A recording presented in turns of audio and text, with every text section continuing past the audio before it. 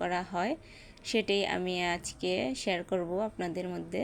অনেক ভাইয়াপুরে আছে নেহারি খুব পছন্দ করে, কিন্তু বানানো বা রান্না করা এটাকে অনেক ঝামেলা মনে হয়, তো সেক্ষেত্রে অলসতার জন্য বাহির থেকে আনা হয়।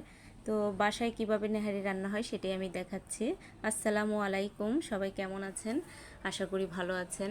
আর আমি এখানে কতগুলো হাড় নিয়ে নিলাম গরুর পা, আর আমি এখন একটু আদা রসুন এগুলোকে আমি এখন একটু কাটাকাটি করে নিচ্ছি।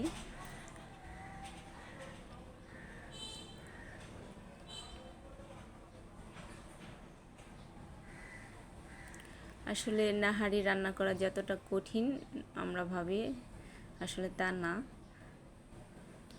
চাইলে খুব সহজেই রান্না করা যায় আর খুব অল্প সময়ে রান্না করা যায়।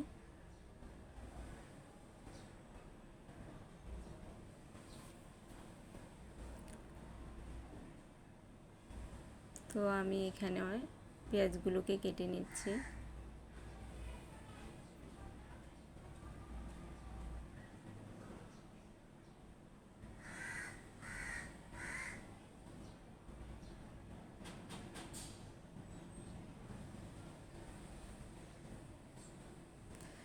তো আমি একসাথে করে এগুলোকে এখনও ব্লেন্ডার করে দেব। তো যেহেতু আমি পুরোটাই আমি পেস্ট করে একসাথে দিয়ে দেব নাহারিতে, তো সেক্ষেত্রে আমি একসাথে নিয়ে নিলাম পেঁয়াজ, আদা, রসুন একসাথেই কেটে নিলাম।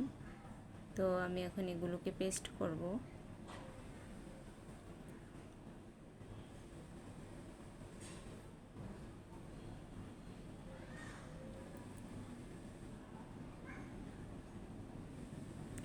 আর অনেক আপু ভাইয়াদের জন্যে আমি এটা খুব শুরু থেকে এটাকে শুরু করলাম, যেহেতু আমি বললাম যে নেহারি কীভাবে রান্না হয়, তো সেক্ষেত্রে আমি পুরো অ্যারেঞ্জমেন্টেই দেখাচ্ছি। এখানে লবণ দিয়ে দিলাম, আগে আমি হাড়গুলোকে ধুয়ে নিছি, এখন লবণ দিয়ে দিলাম। আর এখানে মরিচের গুঁড়ো 1 চা চামচ,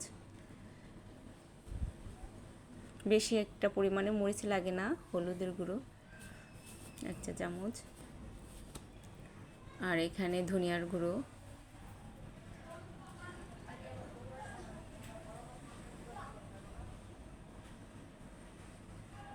জিরার গুঁড়ো দিয়ে দিলাম 1 চা চামচ। আর এখানে আমি পেস্ট পুরোটাই দিয়ে দিচ্ছি, আদা রসুন পেস্ট যেতটুকুই করলাম পুরোটাকেই দিয়ে দেব। আপনারা চাইলে এটা পরিমাণ মতো দিতে পারেন, যে যতটুকু দেওয়ার দিতে পারেন। আর এখানে আদা রসুন সব কিছু দেওয়ার পর আমি এখানে তেজপাতা, এলাচ আর গরম মশলাগুলোকে দিয়ে দিলাম। তো এখন আমি সরিষার তেল দিয়ে দিচ্ছি, যে যেটা খায়, আমি অবশ্যই সরিষার তেল খাই, তো সেই জন্য আমি সরিষার তেলটা দিলাম।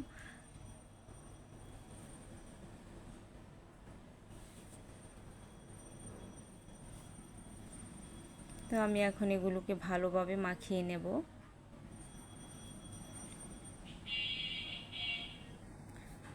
প্রতিটা হাঁড়ি যাতে মশলাগুলো ভালোভাবে মাখা হয়, তো সেজন্য ওদিকে লক্ষ্য রাখতে হবে। তো আমি একটু ভালোভাবেই মেখে নিচ্ছি।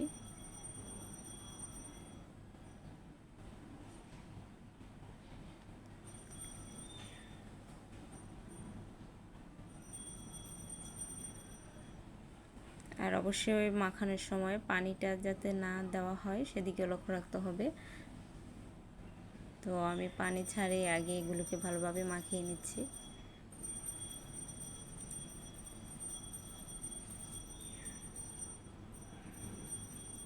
তো এখন একটু সামান্য পরিমাণে পানি দিয়ে দেব, যাতে মশলাগুলো না লেগে যায়।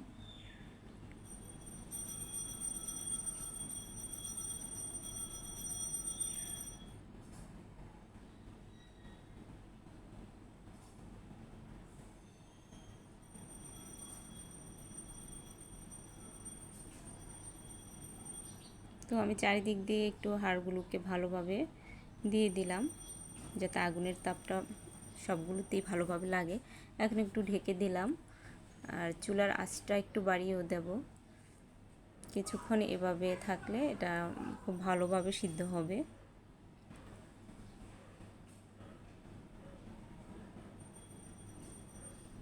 তো এখন যেহেতু একটু এটাই হয়ে আসছে, এখন আমি আর একটু পানি দিয়ে দিলাম যাতে পুরোগুলোতে মশলা যায়। তো সেজন্য এটাকে একটু হালকা করে নেড়ে দিলাম।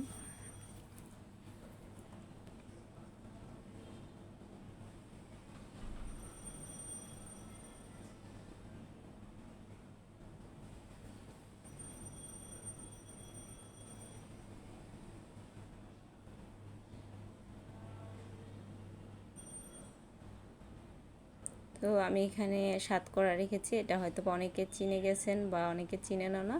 তো এটাকে সাতকরা বলে, আর আমি আজকের নাহারিতে সাতকরা দেব। তো সেজন্য আমি আগেই এটাকে কেটে রেখেছিলাম, কেটে সিদ্ধ করে রেখেছিলাম মোটামুটিভাবে। আর এখনও এটার আইস ছাড়েনি, তো আইস ছাড়লেই আমি এটাকে দিয়ে দেব, কারণ আমি আগে থেকে কেটে সিদ্ধ করে রেখেছি। সেজন্য পরে দিলেও সমস্যা নেই, যখন এটা সিদ্ধ হবে তখনই দেব। তো আমি আবারও কিছুক্ষণের জন্য ঢেকে দেই। আর এখানে আমি সরিষা তেল আর রসুনটাকে ভালোভাবে তেলে ভেজে নিচ্ছি, যেহেতু আমি এটাকে আবার বাগার দেব। তো আমি তো চাইলে অনেকেই সরিষা তেল না দিলেও পারেন, তো আমি আগেও বলেছি সরিষা তেল আমি দিলাম। আর এখানে পেঁয়াজ ব্লেন্ডার করা, যেহেতু আমি ঝোল গাঢ় হওয়ার জন্য দিচ্ছি। আর পেঁয়াজ কাটা দিয়েও দেওয়া যায়, কিন্তু ঝোলটা গাঢ়র জন্য আমার মনে হয় পেঁয়াজ পেস্ট মানে বাটাটাই সবচেয়ে উত্তম। তো সেজন্য আমি বাটাটাই দিলাম। আর একটু হলুদ দিয়ে দিই যাতে পেঁয়াজটা সাদা না লাগে। আর অবশ্যই পেঁয়াজটা দেওয়ার আগে রসুনটাকে খুব ভালোভাবে বাদামি বর্ণ করে নেবেন। এই যে আমি এইভাবে করে নিলাম। তো এটা আমি এখন দিয়ে দেব, কারণ পেঁয়াজটা ভাজা হলেই ওইটার কালার খুব সুন্দর হবে, নাহারের কালারটা খুব সুন্দর হবে। তো সেজন্য আমি পেঁয়াজটাকে খুব ভালোভাবে ভেজে নিছি।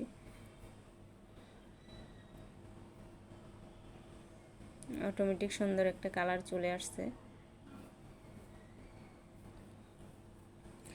আর আমি এগুলোকে ভালোভাবে নেড়ে দিই। আর এখানে আমি আগে বলেছিলাম যে সাতকরা দেবো, তো সাতকরা আমি আগেই দিয়ে দিয়েছি। তো সাতকরাটা মোটামুটি সিদ্ধ ভালোই হয়েছে।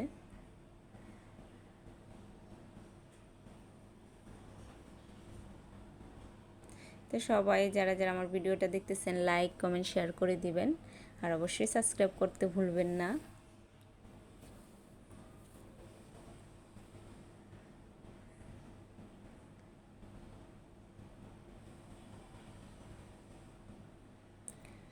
তো এই তো আমি নাহারি খুব সহজে রেসিপিটা আমি আপনাকে দেখালাম, আপনাদের কিভাবে সহজে নেহারি রান্না করা হয়। কি সুন্দর কালারও চলে আসছে, অসাধারণ। মানে যারা নেহারি সম্ভবত না খায় তারাও ওরকম দেখলে হয়তো বা খেতে ইচ্ছে করবে। তো সবাই আমার ভিডিওটিতে লাইক কমেন্ট শেয়ার করবেন, আর কমেন্ট করে জানাবেন কার কার ভালো লাগলো, আর কে কী ধরনের রেসিপি দেখতে চান।